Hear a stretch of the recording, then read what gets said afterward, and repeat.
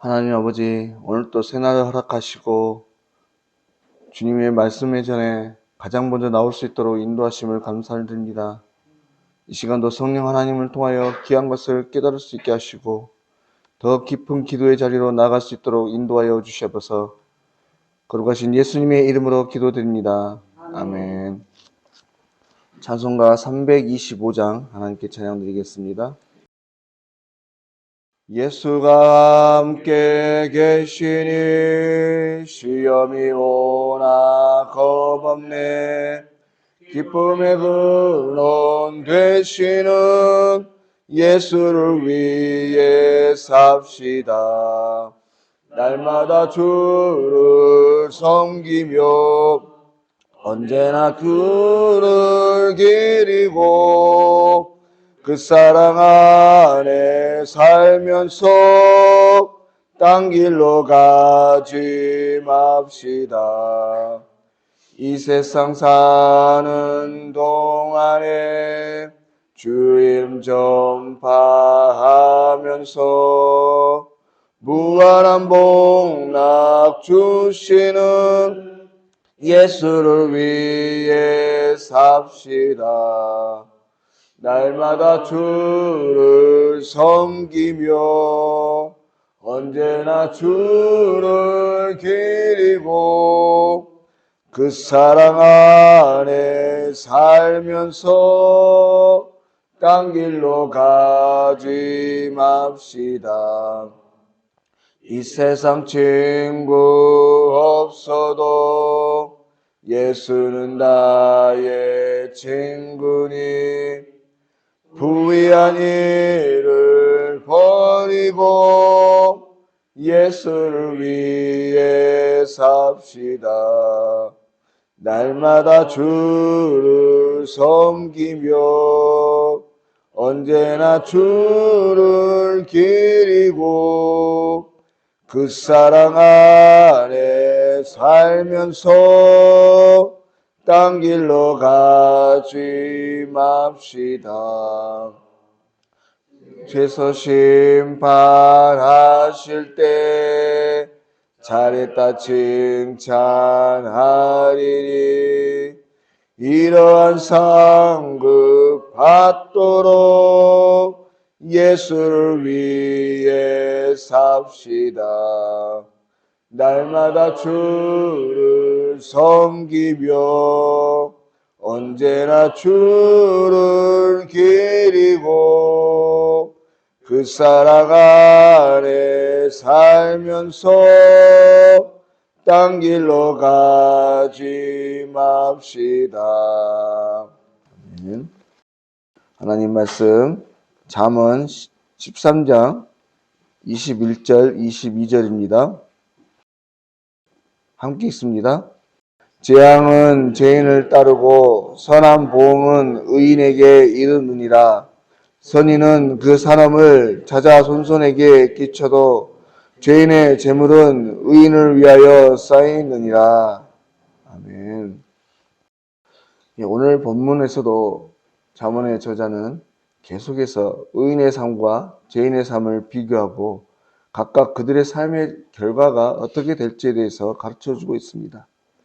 먼저 오늘 본문의 21절의 말씀은 앞서 말한 여러 말씀들, 그 중에서도 특별히 13절의 말씀에 말씀을 멸시하는 자는 자기에게 패망을 이루고 계명을 두려워하는 자는 상을 받느니라.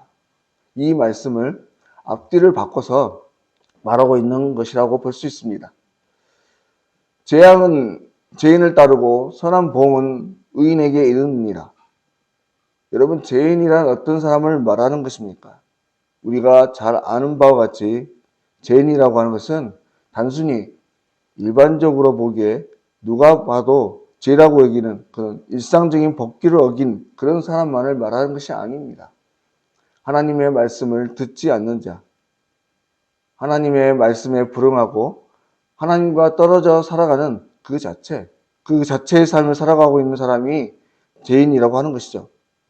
여러분, 이 세상, 우리가 살아가고 있는 이 세상이라고 하는 것은 우리가 생각하기에는 우연히, 그리고 사람의 어떠한 손길을 통해서 인위적으로 유지되고 변화되어 가고 있는 것 같지만 실제로 우리의 삶의 자리는 하나님의 세밀하신 계획과 섭리 속에 또 그리고 인도하심을 통해서 이루어져 가고 있습니다.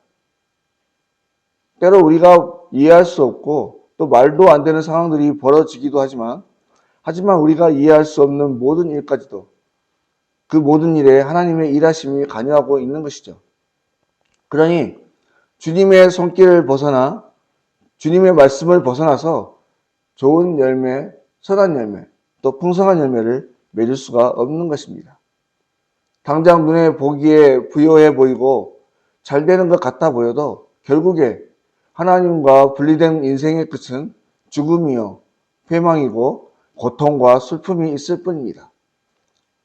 하지만 의인의 삶은 주님이 인도하시는 그 길을 따라 걸어가기 때문에 언제나 푸른 초장과 실만한 물가, 또 시절을 쫓아 풍성한 열매를 얻게 되는 것이죠. 단적인 예로 성경에서 우리는 사울왕과 다윗을 통해서 이러한 사실을 분명히 알 수 있습니다. 사람의 눈으로 보기에 다윗은 분명히 쫓기는 자였고 늘 고통과 슬픔 속에 살았습니다.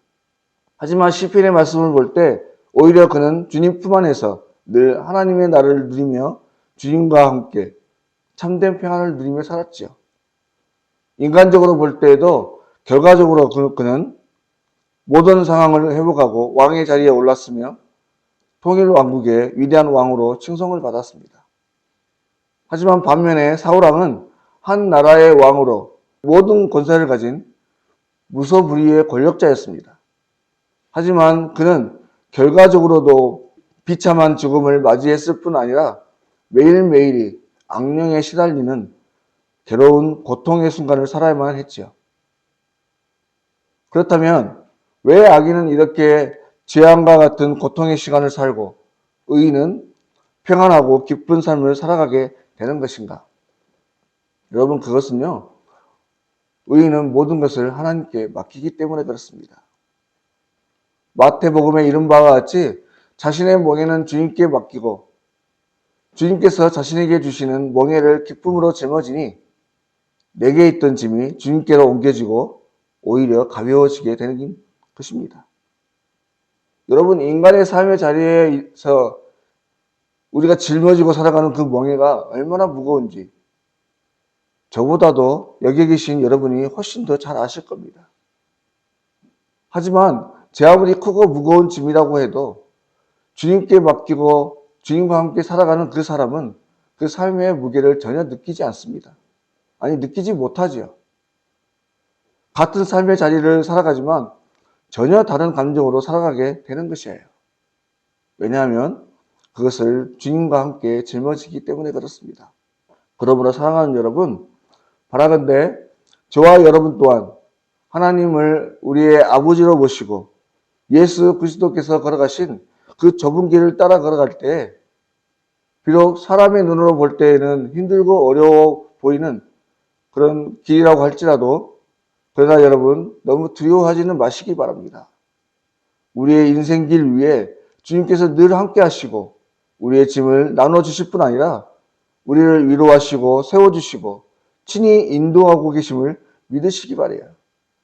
그리고 이를 위해 오늘 또 먼저는 우리 자신이 누구인지 주님 안에서 어떤 존재인지 바로 주님의 자녀임을 또 주의 사랑 안에 보호받는 자임을 결코 잊지 마시기 바랍니다.